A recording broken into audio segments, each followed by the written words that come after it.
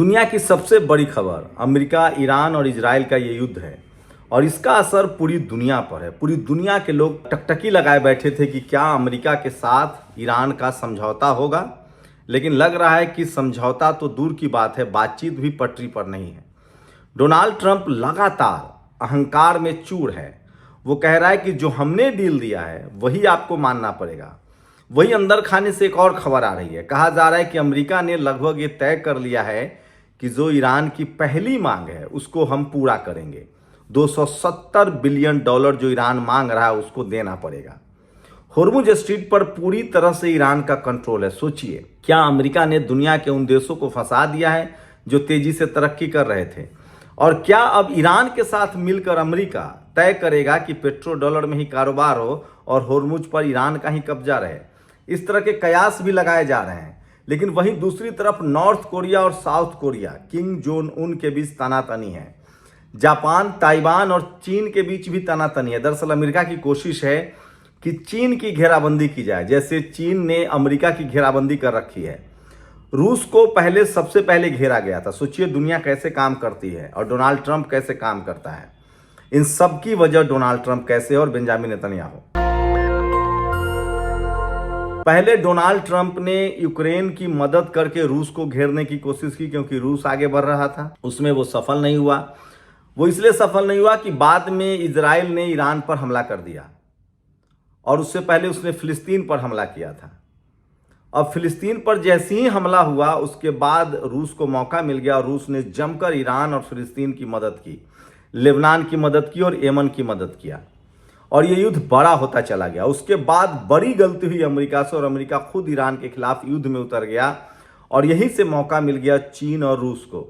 और चीन और रूस इस युद्ध में जमकर ईरान की मदद कर रहे हैं और जायज भी है। सवाल है कि ईरान पर हमला क्यों किया, लेकिन पूरी दुनिया की अर्थव्यवस्था चौपट हो रही है। सोचिए, होर्मुज स्ट्रीट बंद है, तेल और गैस की किल्लत यूरोप में भी है, एशिया में भी है। और जैसे ही भारत में तो जैसे ही चुनाव खत्म होगा देखिएगा कुछ बड़े फैसले आएंगे और आपको भुगतना पड़ेगा। लेकिन मैं बात कर रहा हूं आज कि क्या बातचीत होगी। हम लोग तो चाह रहे हैं कि ये बातचीत हो। पाकिस्तान इस बातचीत की एक कमजोर कड़ी है, ये बात सच है, लेकिन इस बातचीत में रूस और चीन भी है। क्या ये दोनों नहीं चाहते हैं कि बातचीत हो? बातचीत ये दोनों चाहते हैं, लेकिन अमेरिका के लिए अब रूस और चीन से निपटना मुश्किल है। अब रूस और चीन किसी तरह से नहीं चाहते हैं कि ईरान का ये मामला जो है वो सुलझ जाए, क्योंकि जब तक अमेरिका युद्ध में रहेगा तब तक वो फंसा हुआ है। वहीं रूस और चीन मालामाल हो रहे हैं। ईरान को भी कोई नुकसान नहीं है।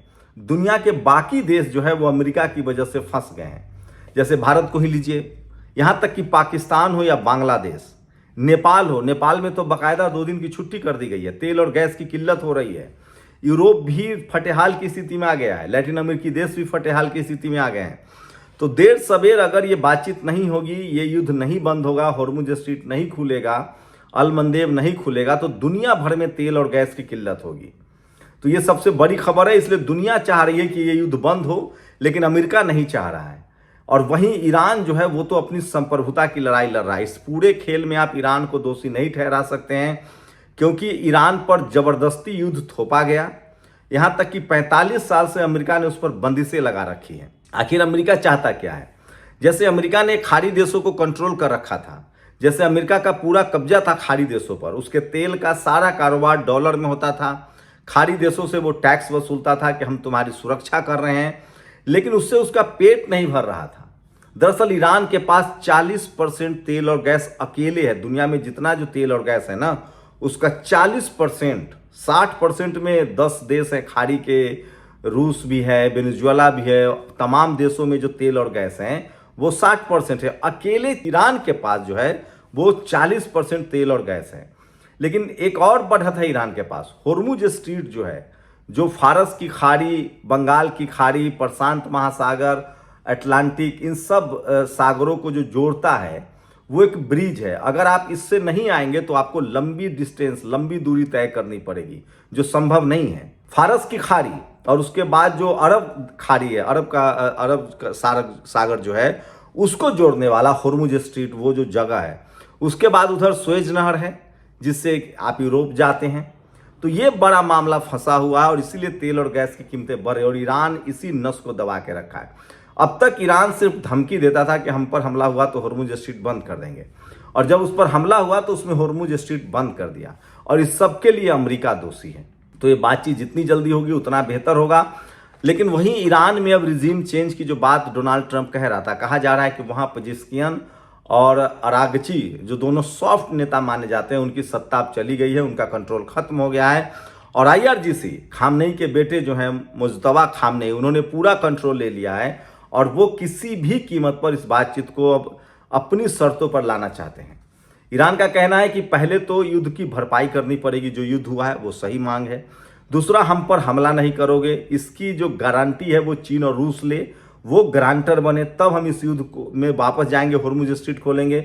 साथ ही जो हम पर 45 साल से प्रतिबंध है, हमारे जो दुनिया भर में जो संपत्ति हमारा सीज है वो हमको वापस मिलना चाहिए, ये उसकी बड़ी डिमांड है। साथ ही अब कभी हमला नहीं होगा, यूरेनियम जो परमाणु बम है वो बनाता रहेगा। तो सवाल है कि अमेरिका को क्या फायदा होगा? ईरान की वो सारी मांगे पूरी करनी पड़ेगी अमेरिका को। अमेरिका ने दरअसल ईरान अब तक दबाव में था जब तक हमला नहीं हुआ था।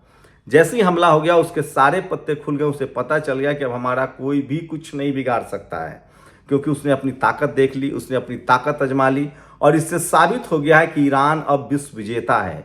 ईरान अब सुपर पावर है, ईरान पर कोई हमला करने की हिमाकत नहीं कर सकता है। वहीं जो जानकार बता रहे हैं कि खाड़ी देशों को भी ये बात लगभग समझ में आ गया है कि अमेरिका के साथ जाने से बेहतर है कि हम ईरान के साथ बने रहें, क्योंकि अमेरिका हमसे टैक्स भी लेता है, डॉलर में कारोबार भी करवाता है, अपने सैनिक अड्डे को भी उसको हमको सुरक्षा देनी पड़ती है, और मिला जुलाकर हमें कोई फायदा नहीं है। तो इस युद्ध में अमेरिका को बड़ा नुकसान उठाना पड़ रहा है, ये बात सच है।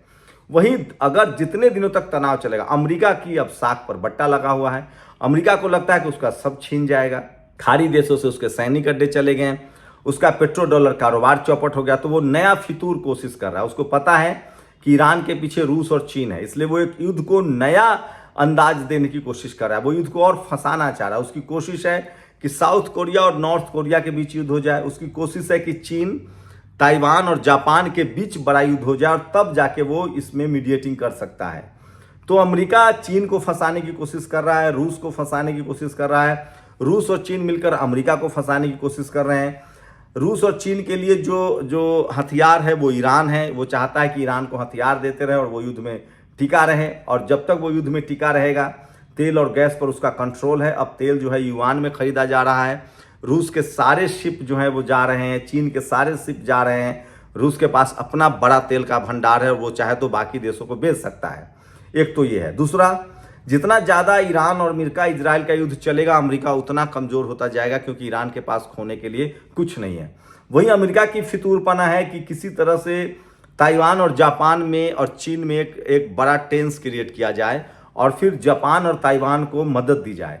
इस होर्मुज स्ट्रीट से जापान और ताइवान की भी हालत ख़राब है, क्योंकि वहाँ से भी तेल आते हैं। ये दोनों अब तक अमेरिकी पैरोकार है, लेकिन इनका भी अब भरम टूट रहा है। इनको लग रहा है कि अमेरिका खुद ईरान से नहीं जीत पाया तो हमारी रक्षा क्या करेगा। लेकिन अमेरिका की कोशिश ज़रूर है डोनाल्ड ट्रंप की कि टेंस क्रिएट किया जाए, तनाव पैदा किया जाए, चीन को घेराबंदी की जाए, क्योंकि चीन मास्टरमाइंड बनकर खेल रहा है। तो ये कोशिश है अमेरिका की कि ताइवान को और जापान को चीन के खिलाफ खड़ा किया जाए, वहीं नॉर्थ कोरिया को साउथ कोरिया के खिलाफ खड़ा किया जाए। तो पूरी दुनिया में उथल पुथल के हालात बने हुए हैं, और इससे गरीब आदमी पिसता चला जाएगा। सोचिए, तेल की जितनी किल्लत होगी, गैस की जितनी किल्लत होगी, महंगाई उतनी बढ़ेगी, बेरोजगारी उतनी बढ़ेगी, फैक्ट्रियाँ उतनी बंद होंगी, और दुनिया की इकॉनमी जो है वो ध्वस्त होगी। और इस सब के लिए जिम्मेदार आप किसको मानते हैं? वही इजराइल तो अब कहीं से लिस्ट में ही नहीं, इजराइल का तो कोई नाम लेने वाला नहीं है। वो अब तक अमेरिका का पिट्ठू था, लेकिन अब उसके पास कुछ नहीं है। वो न लेबनान से जीत सकता है, न हमास से जीत सकता है, न फिलिस्तीन से जीत सकता है। वहीं ईरान का विजन बहुत बड़ा है। ईरान को ये पता है कि अब ये मौका अंतिम मौका है, उसके पाले में गेंद है, और वो उसका भरपूर इस्तेमाल कर रहा है। वो अपने ऊपर लगे प्रतिबंधों को हटवाना है उसे, उसकी जो संपत्तियां 45 साल में सीज हुई है उसको हटवाना है, तेल के कारोबार में उसकी करेंसी का दबदबा हो उसको शुरू करना है। साथ ही उसकी नेकनियति भी है कि जो खाड़ी देश हैं, जो ओपेक हैं, जो इस्लामिक देश है, उसका भी वो लगातार किंग बने, और सारे अब जो समझौते हों, जो खासकर खाड़ी देशों के, ओपेक देशों के या इस्लामिक देशों के, उसका सिरमौर तो अब ईरान बन गया है। साथ ही वो एकदम पक्का करना चाहता है कि भविष्य में कभी इजराइल उस पर हमला नहीं करे। ये बात तो तय है कि इस युद्ध के बाद ईरान पर हमला करने की अब कोई कोशिश नहीं कर सकता है। साथ ही खाड़ी देशों को भी साधने में ईरान कामयाब हो गया है। तुर्की उसके साथ खड़ा है। जॉर्डन, कतर, सीरिया, ये तमाम खाड़ी देश जो तेल वाले देश हैं, उनको लग रहा है कि अब ईरान के साथ मिलकर एक अपना संगठन और गुट खड़ा किया जाए और अमेरिका पर से निर्भरता खत्म की जाए और अपने तेल और गैस के कारोबार को अपने तरीके से ऑपरेट किया जाए। तो सोचिए, एक सन की डोनाल्ड ट्रंप ने पूरी दुनिया को लगभग फंसा दिया है। और सबको पता है इजराइल के हाथों, बेंजामिन नेतन्याहू के हाथों डोनाल्ड ट्रंप खेल रहा है, क्योंकि जैसे ही डोनाल्ड ट्रंप युद्ध से भागने का ऐलान करेगा, उसके एप्स्टीन फाइल के जो 16 पन्ने हैं वो सामने आ जाएगा। तो डोनाल्ड ट्रंप को देर सवेर तो जेल जाना ही है। रही बात बेंजामिन नेतन्याहू की, तो जेल तो उसको भी जाना पड़ेगा, क्योंकि भ्रष्टाचार का आरोप है। इसलिए दोनों नेता चाहते हैं कि हालात सामान्य न हो, युद्ध का दौर चलता रहे, कभी जो है वो हथियारों से युद्ध हो और कभी शीत युद्ध जैसे माहौल हो, क्योंकि दोनों देशों में जैसी इमरजेंसी खत्म होगी, बेंजामिन नेतन्याहू और डोनाल्ड ट्रंप दोनों जेल में जाएगा। लेकिन ये जितना दिन होर्मुज स्ट्रीट बंद रहेगा, अलमंदेब बंद रहेगा, गैस और तेल की किल्लत दुनिया में बढ़ती चली जाएगी, अर्थव्यवस्था चौपट होगी और फाइनली इन सब पापों के लिए अगर कोई जिम्मेदार है तो वो डोनाल्ड ट्रंप और बेंजामिन नेतन्याहू, क्योंकि दुनिया 21वीं सदी बेहतर चल रही थी, दुनिया तरक्की कर रहा था, लोग एआई के ज़माने में जा रहे थे, मजदूर गरीबी से निकल रहे थे पूरी दुनिया में, फिर इन लोगों ने मामले को फंसा दिया है।